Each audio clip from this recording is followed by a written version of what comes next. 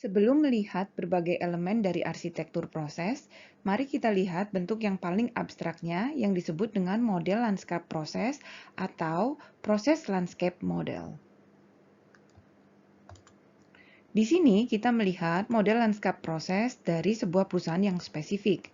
Anda bisa melihat bahwa model landscape proses ini membedakan berbagai kategori proses menjadi proses-proses manajemen, proses-proses inti, dan proses-proses pendukung. Bagi sebuah perusahaan, proses-proses inti adalah bagian penting, yaitu proses-proses yang spesifik untuk perusahaan tersebut. Dalam contoh ini, proses spesifik dari perusahaan dimulai dari membeli bahan, membuat produk, memasarkannya, mengirimkannya, dan mengelola layanan pelanggan. Proses pendukung menolong agar proses inti dapat berjalan. Proses mengelola personel memastikan bahwa personel ada untuk menjalankan tiap tahap dalam proses-proses.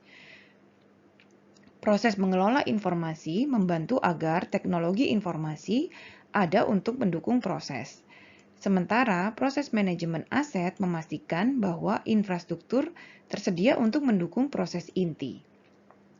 Proses manajemen membuat keputusan-keputusan terhadap proses inti dan pendukung.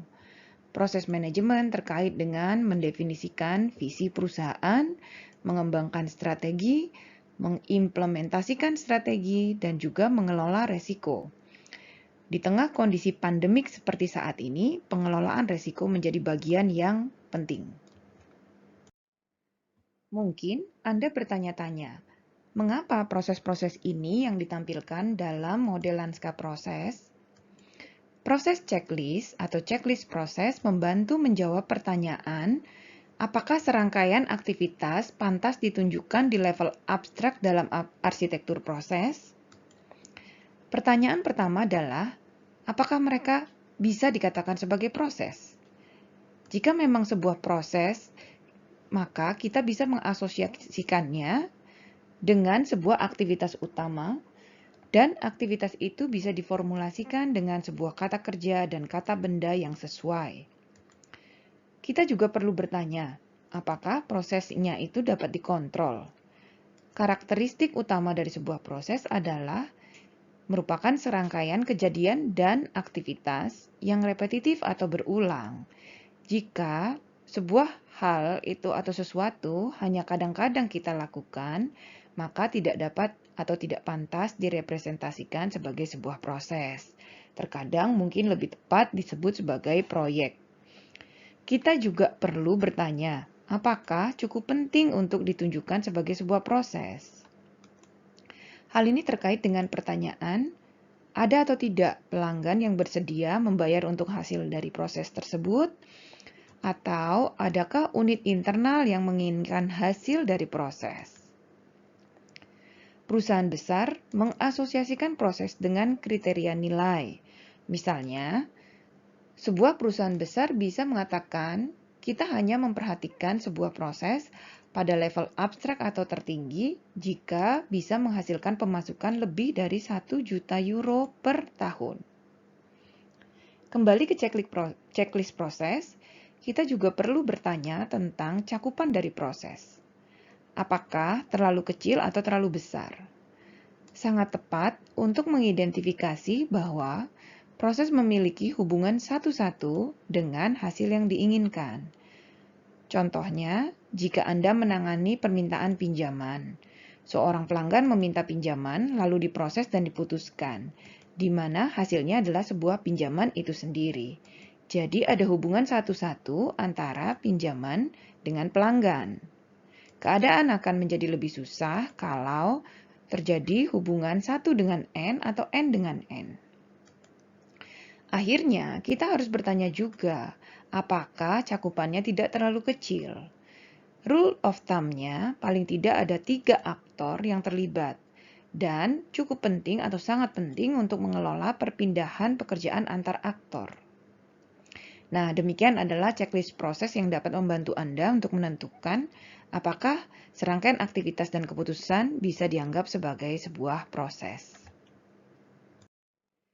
Jadi, Bagaimana kita dapat menggambarkan secara konseptual proses ini di level yang abstrak?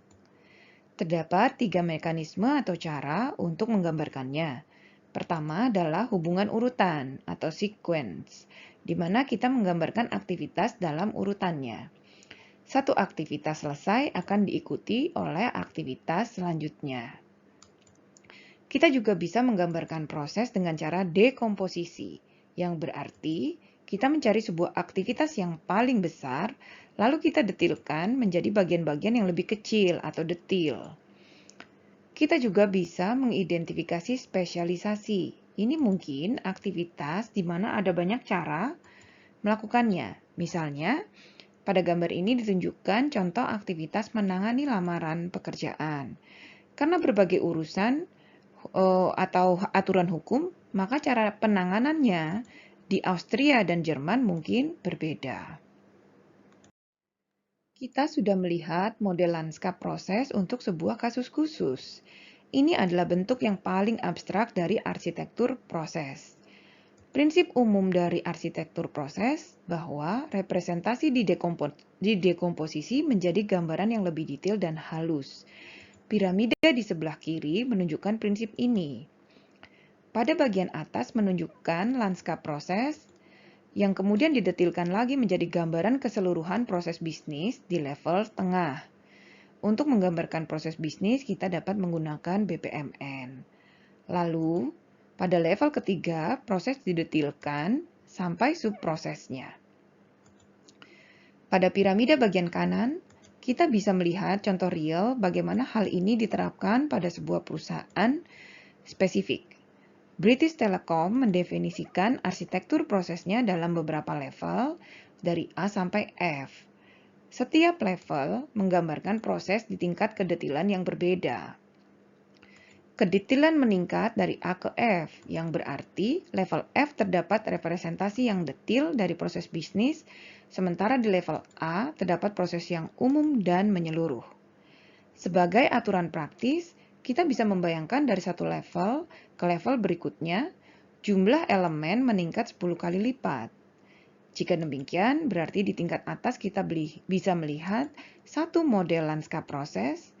Di level selanjutnya terdapat 10 representasi yang lebih detail, di level ketiga ada 100, dan seterusnya.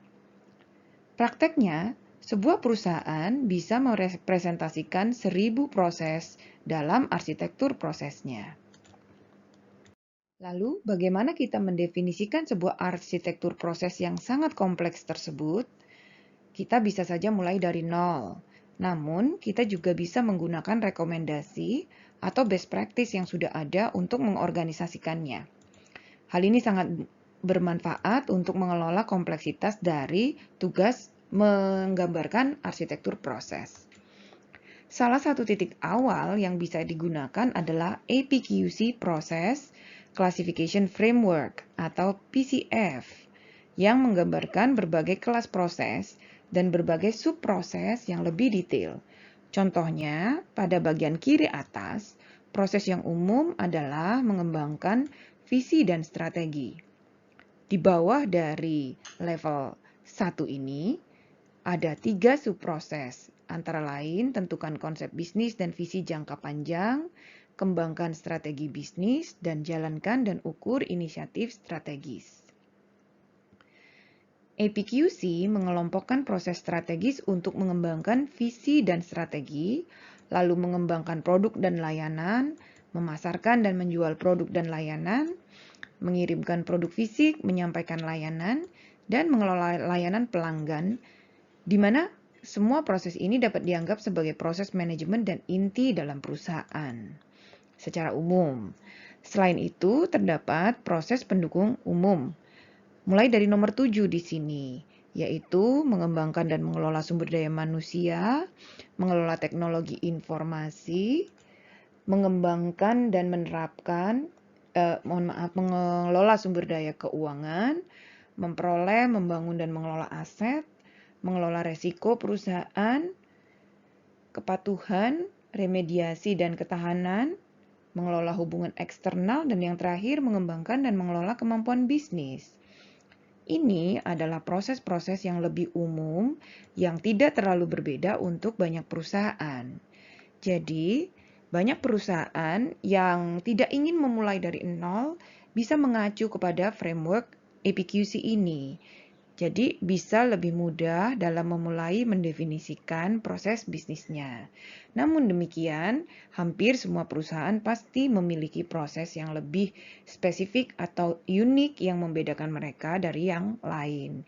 Nah, dengan demikian, APQC ini hanya menjadi guideline saja.